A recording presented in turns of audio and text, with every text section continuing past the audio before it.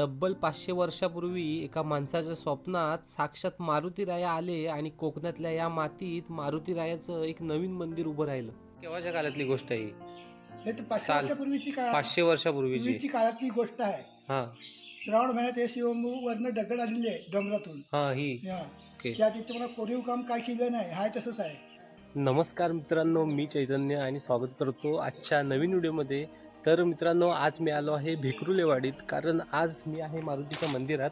तर आज शनिवार आहे, त्या निमित्तानं म्हटलं आज येऊन जाऊ. तर या मंदिराची खूप मोठी स्टोरी आहे किंवा खूप मोठा इतिहास आहे, तर आज मी व्हिडिओतून सांगण्याचा प्रयत्न करणार आहे. तर आजचा व्हिडिओ पूर्ण बघा.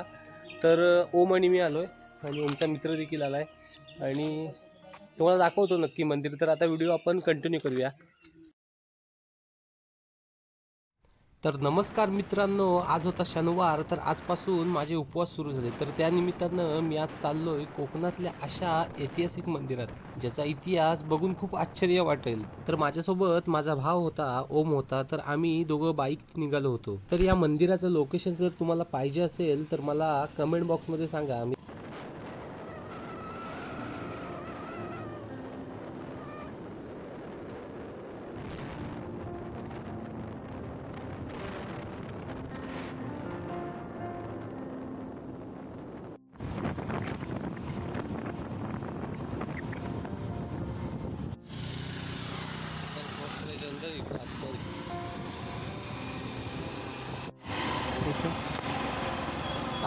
अगे हनुमानाचं मंदिर कुठं? हनुमान मंदिर एकदम पुढा खालते नवीन झालेला.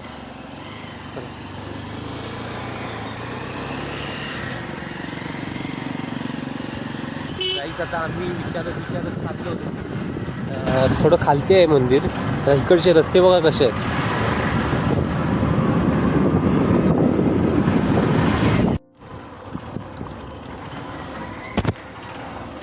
इकडनं असेल हा रस्ता बघ.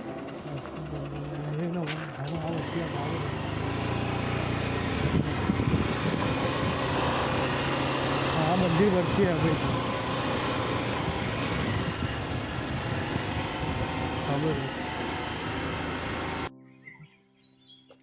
तर मित्रांनो, आता आम्ही आलोय मंदिराजवळ. तर मित्रांनो, इथला परिसर बघितला तर खूप सुंदर आहे आणि इथं खूप शांतता आहे.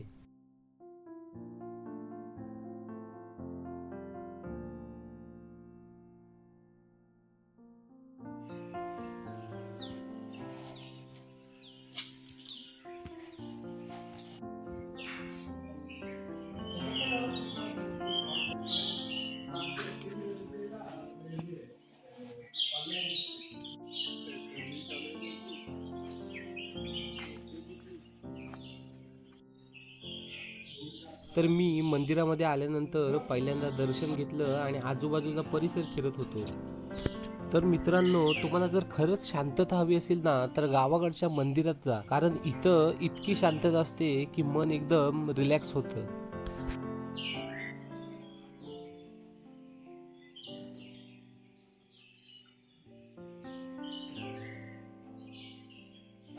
तर आम्ही मंदिरामध्ये असताना एक काका आले होते, त्यांच्याकडनं या मंदिराचा इतिहास जाणून घेतला. आपण मंदिरामध्ये आलो आहोत आणि आपल्यासोबत आहेत काका. तुमचं नाव? नंदकुमार देसाई. नंदकुमार देसाई. तर आपल्याला मंदिराबद्दल काही म्हणजे मंदिराचा इतिहास सांगतायत काका आज. हे मंदिराचा इतिहास 500 वर्षापूर्वी हे मंदिर इथे स्वयंभू आलेलं आहे. हे आमच्या पंजोबांच्या जागृती, हां हे जागृती दिवसून आलेली आहे.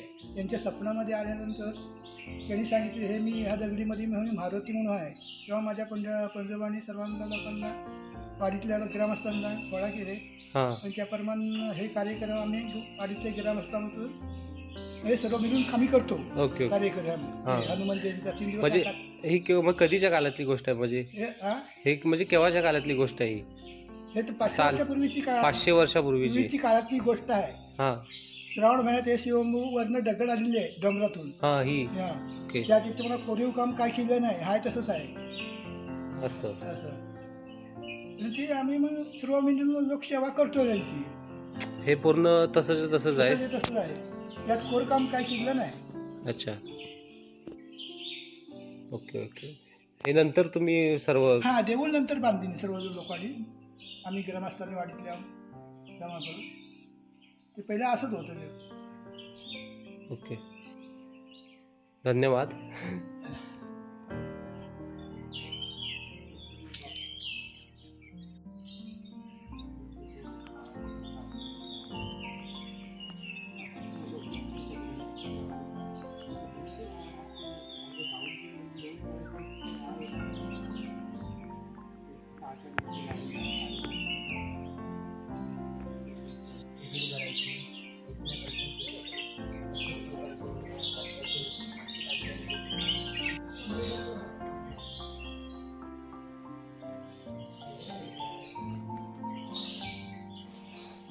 तर मित्रांनो, या मंदिरामध्ये जवळजवळ तासभर मी थांबलो आहे, पण इतकं एनर्जेटिक वाटतंय की खूप भारी.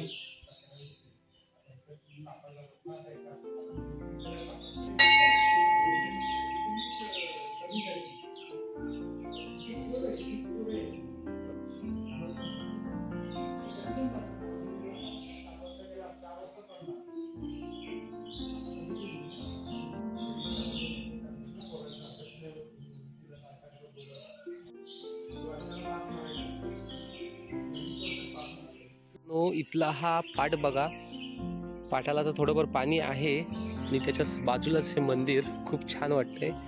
आता पाटाचं मी तोंड धुण्यासाठी आलो होतो इथं, म्हणून म्हटलं आता ह्याचा देखील व्हिडिओ बनवूया.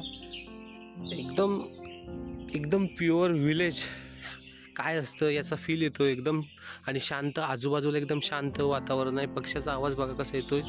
इथलं क्लायमेट एकदम सुंदर आहे. कोणाला जर शांतता पाहिजे असेल तर इथं नक्की यावा. मी इथलं लोकेशन तुम्हाला कमेंट बॉक्समध्ये देतोय.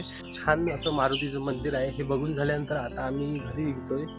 तर आजचा व्हिडिओ तुम्हाला आवडला तर व्हिडिओला नक्की लाईक करा आणि माझ्या चॅनलला नक्की सबस्क्राईब करा.